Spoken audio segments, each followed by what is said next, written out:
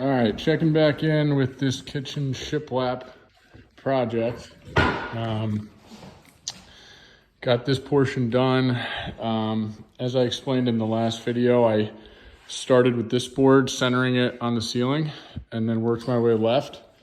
A little tricky scribing around the existing trim. Typically, if you were gonna do this the right way, you would take off this trim, probably even take off the sheetrock, and then you would have an easier time running the shiplap behind the trim because any kind of rough edges would be hidden when you put the trim on top. Same goes with the baseboard.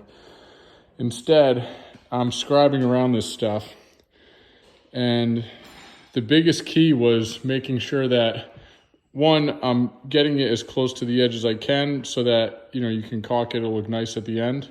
Not too big of gaps. This was probably my worst gap.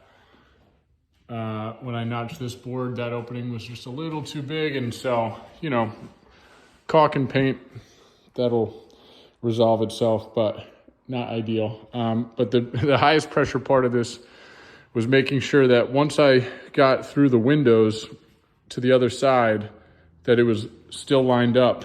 And, the spacing down here exactly matched the spacing over here.